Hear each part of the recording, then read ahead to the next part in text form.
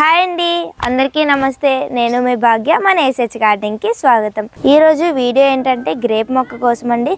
చాలా మంది గ్రేప్ మొక్కకి పూత రావట్లేదు, కాయ దిగుబడి ఎక్కువ ఉండట్లేదు, ఇంకా మొక్క చాలా ఎత్తుగా ఎదిగిపోతుంది కానీ కాయలు ఏమీ రావట్లేదు అని బాధపడుతూ ఉంటారు కదా.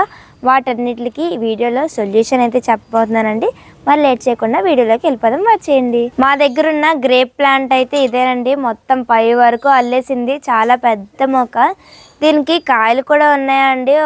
10-11 గుత్తుల వరకు ఉన్నాయి. దూరం నుంచి కనిపించట్లేదు, చాలానే ఉన్నాయి. మొత్తం ఇవి 2 మొక్కలు.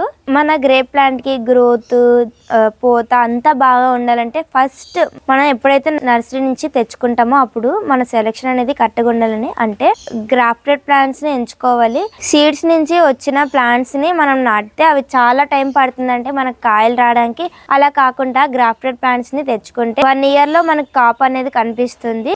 ముందు మన సెలెక్షన్ అనేది కరెక్ట్ గా ఉంటే అప్పుడు మనం మిగతా దాని గురించి ఆలోచించాల్సి లేదు. ఎప్పుడైనా మనం ఫస్ట్ స్టెప్ కరెక్ట్ గా తీసుకోవాలి కదా. మొక్క బాగా ఎదగాలన్నా, కాయలు బాగా రావాలన్నా ఇంకొక మెయిన్ రీజన్ ఏంటంటే మనం ఎంచుకునే కుండీ సైజ్ అండి. కంటైనర్ ఎప్పుడు పెద్దగా ఉండాలి. మనం ఎంత స్పేస్ అయితే ఇస్తామో అది అంత బాగా ఎదుగుతుంది. మేము కూడా ముందు 100 రూపీస్ టబ్లో పెట్టాము. అప్పుడు కాయలు వచ్చాయి కానీ చాలా చిన్న సైజులో వచ్చాయి. ఈ మొక్క కూడా అంత బాగా ఎదగలేదు. దాని తర్వాత మేము ఇక్కడ స్పేస్ ఉంటే ఇలా మట్టిలో వేసాము. దాని తర్వాత కాయ సైజ్ పెరిగింది, ఇంకా కొంచెం కాయలు రావడం అయితే ఎక్కువ అయ్యాయి. మొక్క కూడా చూడండి ఎంత బాగా ఎదిగిందో, చాలా పై వరకు ఎదిగింది. ఇలా మనం కంటైనర్ సైజ్ మాత్రం స్టార్టింగ్ మొక్క తెచ్చుకున్నప్పుడే పెద్ద దాంట్లో పెట్టాలండి. మళ్ళీ అన్నిసార్లు మార్చుకోవాలంటే మనకి కూడా కష్టం అవుతుంది కదా. అందుకే మనం ఫస్ట్ స్టార్టింగ్ మొక్క దాంట్లో పెట్టుకోవాలి. ఇంకో థర్డ్ రీజన్ ఏంటంటే మనం ఇచ్చుకునే ఫెర్టిలైజర్స్ బట్టి కూడా మన మొక్క ఎదుగుదల ఇంకా కాపు ఉంటుందండి. అది ఎలా అంటే ఎప్పుడు మనం ఏదో ఒక ఫెర్టిలైజర్ ఇస్తూనే ఉండాలి. మనం పిల్లలకి పోషకాహారం ఎలా ఇస్తామో, ఎంత కేర్గా చూసుకుంటాం, అలాగే మన మొక్కల్ని కూడా చూసుకోవాలి. ఎప్పుడు ఏదో ఒకటి మీ దగ్గర ఏది అవైలబుల్ ఉంటే అది ఇవ్వండి. జీవామృతం కానీ, ఎరువు కానీ, ఎగ్షెల్స్ కానీ. ఎగ్షెల్స్ అయితే ఎవరింట్లోనైనా అవైలబుల్గా ఉంటే అవి కూడా వేసుకోవచ్చు అండి మొక్కలకి. వాటి నుంచి కాల్షియం అయితే బాగా అందుతుంది. ఇంకా మనం చేసుకునే ఫెర్టిలైజర్స్, కిచెన్ వేస్ట్, అలా చౌహాన్ క్యూబ్ పద్ధతిలో మనం చాలా ఫెర్టిలైజర్స్ అయితే చేయొచ్చు. అలాంటి ఫెర్టిలైజర్స్ అయితే చాలా ఉంటాయి. అవన్నీ చేసి మొక్కకి ఇవ్వచ్చండి. మనం ఎప్పుడు అలా ఏదో ఒక ఫెర్టిలైజర్ ఇస్తూనే ఉండాలి. అలాగని మరీ ఎక్కువ ఇచ్చేయకూడదండి. మొక్కకి ఎంత కావాలో అంతే ఇవ్వాలి. ఎక్కువ ఇస్తే మొక్క డ్యామేజ్ అయ్యే ఛాన్సెస్ కూడా ఉంటాయి కాబట్టి ఎక్కువ ఇవ్వకూడదు. ఎంత కావాలో అంతే ఇవ్వాలి.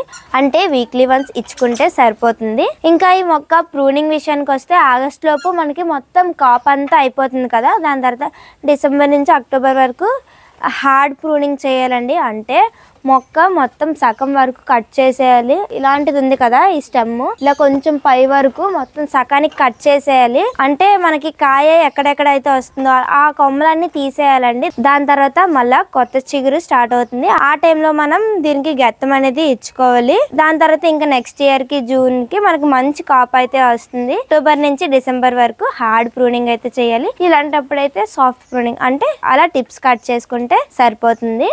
ఇదైతే బ్లాక్ గ్రేప్స్ అండి. ఎప్పుడు ఇవి బ్లాక్ గా మారుతాయని వెయిట్ చేస్తున్నాను. ఇది మొత్తం 8 years ప్లాంట్ అండి. ఇది చాలా పై వరకు అల్లేసింది, చూసారా. దీని అయితే ఇప్పుడుకొచ్చి ఎప్పుడు హార్డ్ ప్రూనింగ్ చేయలేదు, ఈసారి చేస్తాము. ఇంకా ఈ గ్రేప్ ప్లాంట్ కి ఎండ అయితే ఎక్కువగా తగలాలి. మొత్తం 7 to 8 hours ఎండ ఖచ్చితంగా తగలాలి. గ్రేప్ ప్లాంట్ కి ఎండ చాలా అవసరం అండి. ఇంకా దీనికి వాటరింగ్ కూడా కరెక్ట్ గా ఉండాలి. మళ్ళీ ఎక్కువ చేసేయకూడదు, అలాగని తక్కువ చేయకూడదు, కరెక్ట్ గా చేయాలి వాటరింగ్. ఈ కాయలు చూసారా, ఇవైతే బ్లాక్ గ్రేప్స్ అండి.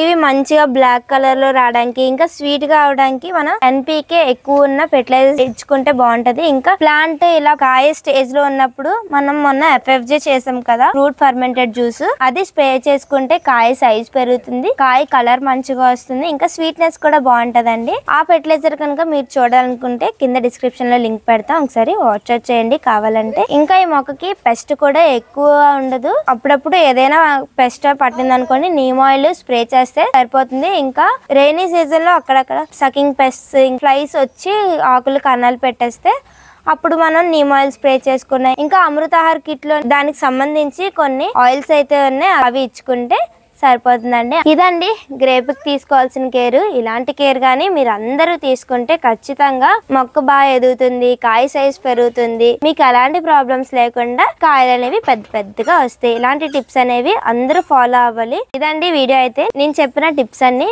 మంచిగా ఫాలో అయితే మీకు కూడా మంచిగా రిజల్ట్ అనేది వస్తుంది. మనం ఎంత కష్టపడి మొక్కని పెంచితే అంతే బాగా ఫలితం కూడా వస్తుంది. అంటే కష్టం మరీ అంత కాదు. ఫస్ట్ వచ్చినప్పుడు స్ప్రే చేసుకోవడం, ఇంకా పోషకాహారాలు ఎప్పటికప్పుడు ఇస్తూనే ఉండాలి. ఇదండి వీడియో అయితే. మరి నేను ఇచ్చిన ఇన్ఫర్మేషన్ మీ అందరికీ నచ్చింది అనుకుంటున్నాను. నచ్చితే లైక్ చేయండి, షేర్ చేయండి. ఇప్పటి వరకు మన ఛానల్ని ఎవరైతే సబ్స్క్రైబ్ చేసుకోలేదో సబ్స్క్రైబ్ చేసుకోండి. మరి ఉంటానండి. సమస్త లోక సుఖినో భవంతు.